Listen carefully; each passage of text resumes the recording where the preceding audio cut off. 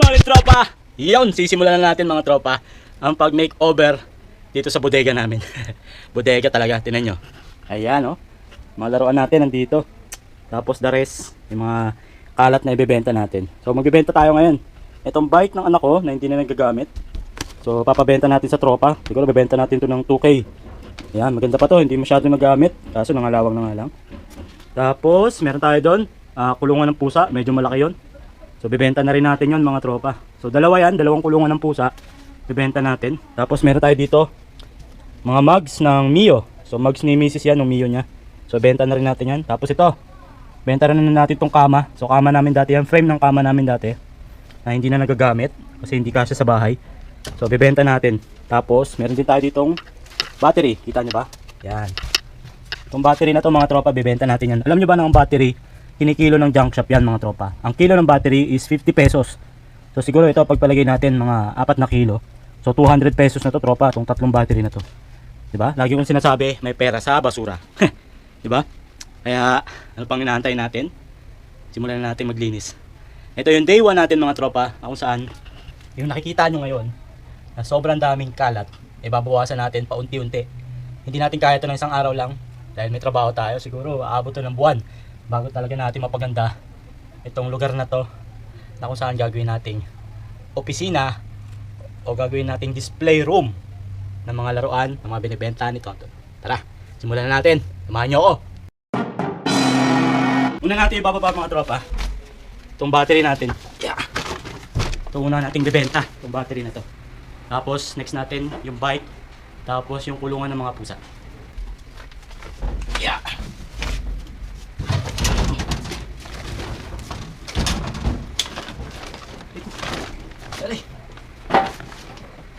So ito yung next item na ibebenta natin. Pinaglumaan ng anak ko, so hindi nagamit. Ibebenta siguro natin ito ng 2K. Ito yung pangalawa natin ibebenta. Papapost natin sa tropa natin. Since hindi naman nagagamit para maging pera. Ito yung next item natin, ibebenta rin natin to. So kulungan to dati ng mga pusa namin. So mag-iiwan na lang tayo ng isa ito. Iiwan natin to. Kasi ito yung pinakamalaki. So ito, ibebenta na natin. So ito yung pangatlong item na ibebenta natin. So pwedeng kulungan ng pusa, pwede rin kulungan ng aso. So hanapin lang natin yung saluhan ng dumi dito para mabilis natin mabenta. So ito nga pala yung pangatlong item na ibebenta natin. Sana mabili agad para magkapera tayo. So ito yung pinakamahirap, pinakamalaki.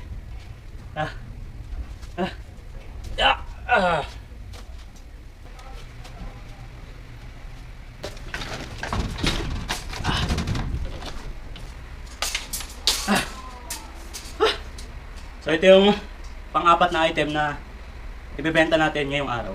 So isa na lang. Pagod na ako. So bukod pala dun sa frame ng kama, yung mugs pa pala ng Mio. Ito yung another item na ibebenta natin. So dati itong mugs ng Mio ni Mrs. So goods pa to. May gulong na, may interior pa. So dalawa yan. Kaso ito medyo wiggle na itong likod. Pero tingin ko mabibenta pa natin ito na malaki. Kasi may gulong na kasama. Saka syempre goods na goods pa to. So 4 yung mugs natin. So meron pa dun dalawa. Kaso yun naman, walang kasamang interior at gulong. Pero syempre mabibenta pa rin. Yun no. So ito yung sinasabi ko. Meron pa tayo dito ng dalawang mugs. Ibenta rin natin. Iyon! So ito na muna yung bibenta natin ngayong araw. Siguro yung kama, siguro bukas na lang. Kasi baka hindi kayanin ng tricycle. So kakarga natin sa tricycle to eh. Then babagsak natin doon sa tropa natin na nagbebenta ng mga bagay-bagay. So samahan nyo ako, pawis na ako. Grabe, exercise ah. Pero syempre, yung pinaka-focus natin yung magbawas ng kalat. Syempre, kumita. Diba? Laging tatandaan, may pera sa basura. Hindi nyo ba alam yung mga nagja-junk shop, nagbabasura? Ang yayaman. Kaya wag yung pagtatawanan yung mga nagja-junk shop ha. Dahil sila simple lang pero mapera. So yun mga tropa, ito na. Naayos na natin. Ayan, i-deliver na natin sa pagbebentahan natin. So dalawang kulungan, tapos may mugs, tapos battery. Hindi na kasya yung ano natin eh, yung bike. So yung bike, pagbalik na lang. So, tara, samahan nyo ako. Let's go! Napakainit mga tropa. Pero ganun talaga. Kailangan natin dumiskarte para maging maluwag yung ano natin, yung unit natin, para magkaroon na tayo ng pwesto sa mga laruan natin. Pagdadala natin ito mga tropa, doon ako bumibili ng mga second hand na laruan. Tsaka mga vintage na item. So ngayon naman, sabi ko, pwede ba makisuyo na maglagay tayo ng mga gamit tulad nito. Sabi, pumayag naman. So sana mabenta nila. Dito na tayo. Papapost natin dito sa tropa natin. Ito kasi daanan dito kaya madaling mabenta yan. Ayan o. Dito rin nga pala ako bumibili ng laruan. 200? Oh, 200. 200 lang yan. So yan, mga laruan, mga vintage, mga tropa. So dito ako bumibili. Yan. Kunin natin yung mags, nandiyan wala. Oh, nandito. Yun lang pala yung extra. Ito yung mags, pakikuha na lang. Yung bike, babalik pa ako. Yung bike, hindi kasya eh. Ito, magkano to? 500 to, tropa. Malaki to eh. So ipapa-post natin dito sa harap nila. Kasi ito, daanan. Saka maraming bumibili sa kanya. Sabi ko sa kanya, maglalagay talaga ako dito ng mga gamit namin na hindi na ginagamit. Para maging pera. Yan, nahirapan si tropa.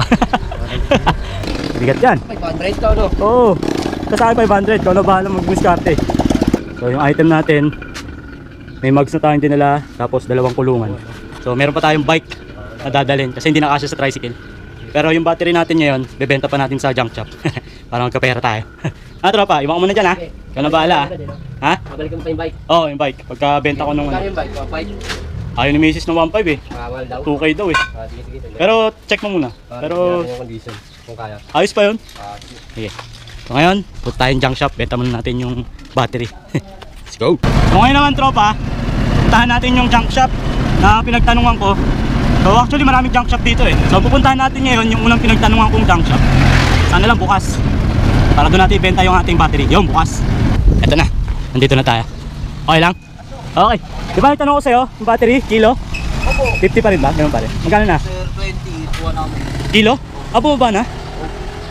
Kuha ko na sa iba. Try nyo sa iba. Tanong ko sa'yo, mataas ah, bumaba? Hindi ko kayo tanda. Nagtanong ako sa'yo nakaraan eh.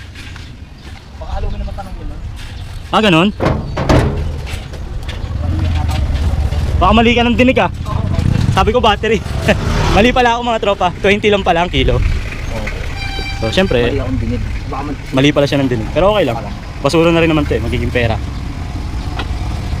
20 ang kilo pala ng battery. So yung kilo yan. 4.2. 4.2. So magkano yan? Pag 20 pesos. 4.2 times 20. 84. So 84 pesos. Okay lang. Not bad. Kung dito dito malakas. Oo, diretso ka lang. Dito na, kaligawan. Dito ka lang, mamatid. Nakakapaya. Sige. Okay, take it. So yan yung basura natin. So naging 85, 84 lang ah. Okay na po yan, okay na po. Nagdagan pa ni kuya. Naging 85 pesos. Salamat. Alright. May panghalo-halo na tayo. Mali pala yung dinig ko. O mali yung dinig niya. Kasi nung nagtanong ako, parang 50 pesos yung binanggit niya. Siguro aluminum yung pagkakaintindi niya. Pero other than that, okay pa rin. Kasi naging pera pa rin yung basura. So ngayon, balik na tayo. Kunin na natin yung bike. Yung bike naman yung ipopost natin sa tropa natin. Let's go! Ito naman yung pangalawang hakot na natin. Pati yan? Oo. So last naman bike. So bebenta natin tong bike ng 2K. Tingnan natin kung may bibili. Sobrang init. So ito na mga tropa. Yan yung huling hakot natin sa araw na to. Ito na yung last, yung bike. Saka yung saluhan ng tae doon sa una nating dinala. Naiwan ko kasi kanina. So dadali natin yan. Tara, punta na tayo kay tropang Oliver. Para maging pera na yan mga yan. Sana maging pera agad no, mabenta. Let's go! So unang benta natin ngayon mga tropa, 85 pesos. So yun yung napagbentahan natin doon sa battery. So 4 na kilo, 20 pesos ang kilo. Kala ko 50 pero 20 lang pala. So kumita tayo ng 85 pesos. So itong mga susunod nating dadalhin. So ipoporma pa lang to. Baka bukas pa i-display ni tropa. Pero diskarte na ni tropa kung paano niya ibebenta. So nagsabi ako ng mga presyo. So siya na bahala magpatong ng kanya. So ganun ang setup namin. So itong bike, ibenta ko ng 2K. Pero normal na may tatawad siyempre. Pero wag naman masyadong malaki, diba? So ito yung dati nating motor. Party. Tapos nilagyan natin ng sidecar. Para pang service, pang grocery ni Mrs. Palengke. Eto na. Last item natin. Bukas na ulit yung iba. Ito, kailangan mo ng kutsilyo dito, tropa. Tinape ko eh. Baka ako na bumili ko pa yung date. Nang? Bukas, kaya lang. Alin? Oo, sulit ka doon. Alam mo ba yung saluhan pa lang? 200 na yun. Yung plastic sa ilalim. So si tropa na bibili nung ano natin yung maliit. Katino. Oh, para to kay Athena. Magkano mo lang yung libo? Oh. Sige nga, tanong mo mamaya. Ayos yan tropa, bago pa. Alright. Ay, Yan pa yun, wala akong binago dyan. hindi kami binago. Sige, bibili natin. Sayang, no? Shock pa yan. Ano pa yung harap ng pambata. Salamat, salamat. Sige. Alright, success tayo. Pero syempre pag nakabenta tayo, syempre bibigyan natin si tropa. Ang kalat doon sa taas, dami pa nga eh. Ay, ba naman? Oo, dami ko pa kalat doon. Thank you. So there you have it mga tropa. Ayun na yung first day ng ating makeover, bawas kalat. So nakabenta tayo ng battery worth 85 pesos. Tapos yung maliit na kulungan, bibili ni tropa 200 pesos. So nandun na lang is yung max na binibenta natin 800. Tapos yung kulungan na malaki, binibenta lang natin ng 500. Tapos yung bike, binibenta natin ng 2K. Sana mabenta agad para magkapera tayo, diba? Dahil happy tropa, gusto ko si Tonton. Peace! Abangan nyo yung mga susunod nating vlog ha. Sana within 1 month, maging maganda na yung ating bodega.